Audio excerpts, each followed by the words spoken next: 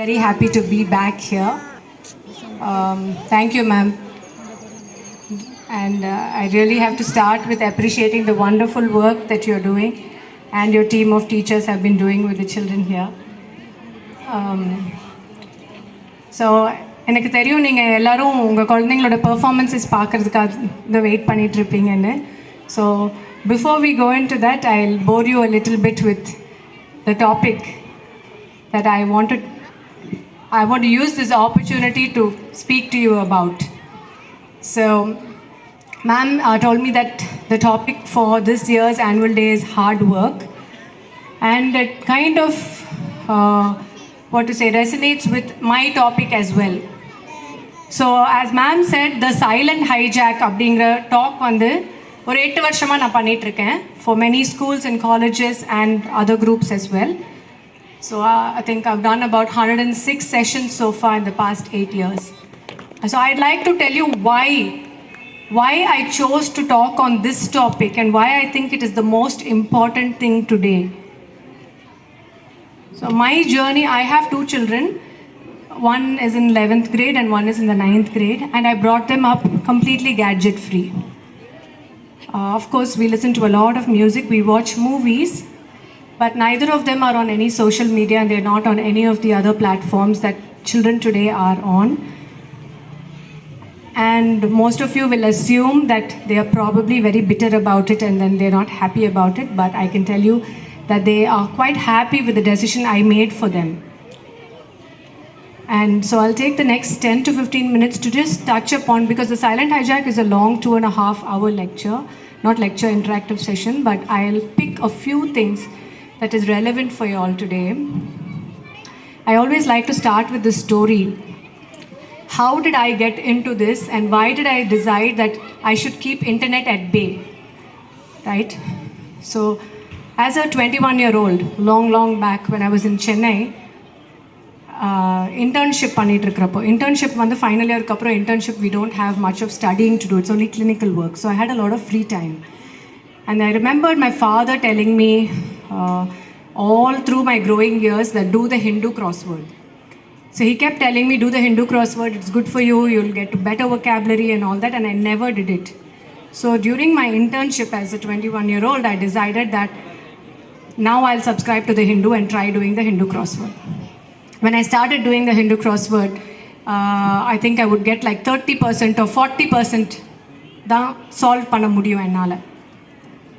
அந்த வருஷம் ஃபுல்லாக பண்ண what happened was, towards the end of the year, I was able to comfortably solve about 60 to 70% consistently of the crossword, at least, sometimes even more. So I was very, very happy. But what happened? Internship முடிச்சுட்டு கோயம்புத்தூருக்கு வந்தேன். கோயம்புத்தூர் தான் என் சொந்த ஊர். When I came back to Coimbatore, I had 3 months break between my undergrad and postgrad. So இந்த டைமில் என்னாச்சுன்னா, வீட்டில் ஒரு டெஸ்க்டாப் இருந்துச்சு. அந்த காலத்தில் டயல்-அப் கனெக்ஷன் ரொம்ப ஸ்லோவாக இருக்கும். It's very expensive compared to today's what wifi and all that we have. And I was browsing a little bit, maximum maybe 1 hour, 1.5 hours, அவ்வளோதான். So I would look for colleges, I would look for chess, how to play chess, and I was browsing and chatting and all the other things that you expect a young adult to be doing. After that 3 months, I went to Davangere in Soli, Karnataka. I went for my post-graduation. I had completely forgotten about the Hindu crossword by now. I went there and one of my batchmates who joined, she asked me, Menaka, have you tried this Hindu crossword? I cannot even understand what those clues mean. So suddenly, I was like, oh my God, I've forgotten about it. Let me do it again. And now I have company. So we subscribed again. And the first day I took the paper and I was so excited. Lunchtime, after lunch, we decided every day we'll sit and spend time on the crossword. So I took the paper and I read the first clue across. And guess what? My mind was blank and I could only see Google it in front of my eyes, right? Because in the 3 months of browsing and using a search engine, my brain had realized that there was an easier way to do it, which we call the path of least resistance. in neurobiology and neuroscience.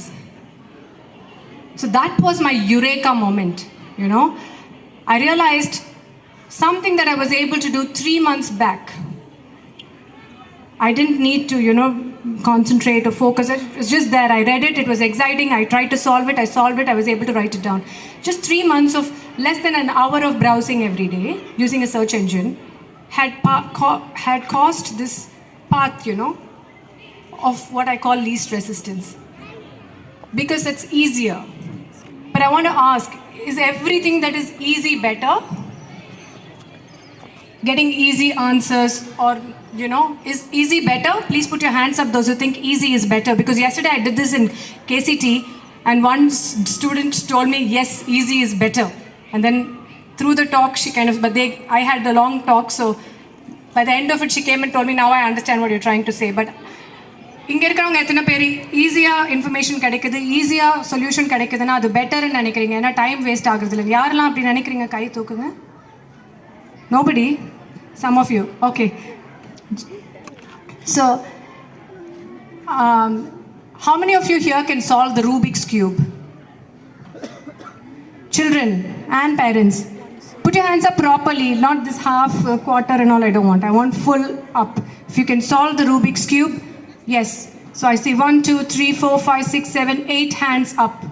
Right? And somebody at the back, 8 hands. So now tell me, how many of you can solve the Rubik's Cube without the formula? That you don't know the formula, but you solve it? None. There's one. No, that also has gone down.